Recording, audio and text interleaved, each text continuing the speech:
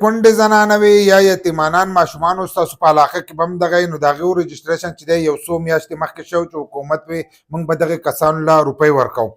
دا خبره خو به تاسو اورېدلې او رجسټریشن د دې هم شي. خو ځینې خبرې دي چې هغه موږ بار نه شو کولی ځکه چې د هغو نمبرې چې دي د هغو سره موجود دي نو هغو ته ټلیفون کېږي. ټلیفون ورته کېږي نو ټلیفون ورته وشي په ټلیفون باندې د هغو روپۍ چې دی هغو ته میلاویږي. اوس د بېنظیر د دې چې دی نو د هر یو کس ته ټلیفون نه کېږي ځکه چې دا ډېرې زیاتې روپۍ او د دې په علاقه څوک مشر نه خو دغه دفتر ته چې دی تاسو به ځئ په دفتر به تاسو ته روپۍ میلاویږي. خو کومې چې کونډې دي او یتیمانان دي نو د هغو رجسټریشن چې شی دی د هغو روپۍ چې دي هغو له په لاس کې چې دی دغه شانتې ورکړی کېږي چې کونسلر او د هغو له طرفه ورته اکثر ټلیفون نه شي ځکه زکات روپۍ نه هغو له ورکړی کېږي. نو د کونډو روپۍ چې دی هغه هم راغلي دي او د یتیمانانو هغه روپۍ هم راغلي دي ځکه 3 میاشتې چې دی هغو ته روپۍ نه وي میلاو شوي او پیرنې مو ورته روپۍ میلاو شوي وي خو 3 میاشتې ورته بیا نه وي میلاو شوي. نو اوس چې دی هغو ته 50,000 روپۍ چې دی وایي دا به میلاویږي. لکه روپۍ چې دی راغلي دي 50,000 روپۍ د هغو راغلي دي. که کومو کسانو نه یې راغستې نو د روژې نه مخکې تاسو خپلې روپۍ چې دی دا راغستی شئ په خپله علاقه کې معلومات وکړئ. د دې نه مخکې چې تاسو ته کوم ځای کې میلاوېدلې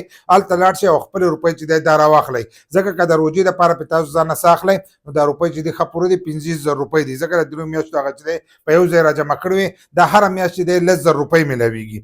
لکه هره میاشت په میاشت چې دی د هغو 10,000 روپۍ میلاویږي. که یتیمانان هغو ته هم 10,000 میلاویږي که کونډه نو هغې ته هم 10,000 میلاویږي. او رجسټریشن د دې څنګه کېدو په هغې باندې خو موږ الریډي چې دا مخکې ویډیو هم اپلوډ کړې وه او د وخت سره چې دی به دې کې اضافه راځي. په هغه وخت کې چې دی به دې کې لږ کسان وو که څه 10,000 زنانه وي او 15,000 چې دی هغه ماشومان وو. اوس په هغې کې چې دی اضافه هم راوستې ده. خو کومو کسانو ته چې دغه روپۍ میلاویږي نو هغو ته د بېنظیر روپۍ چې دی دا نه میلاویږي. خالي ورته د کونډو دا روپۍ چې دی دغه به میلاویږي یا د یتیمانان دا روپۍ چې دي دا میلاویږي خو د بي آی ایس پي له طرفه چې دی دغه روپۍ به ورته نه میلاویږي. نو که کومو کسانو نه یې راغستې لاړ شئ او خپلې روپۍ چې دی دا راواخلئ.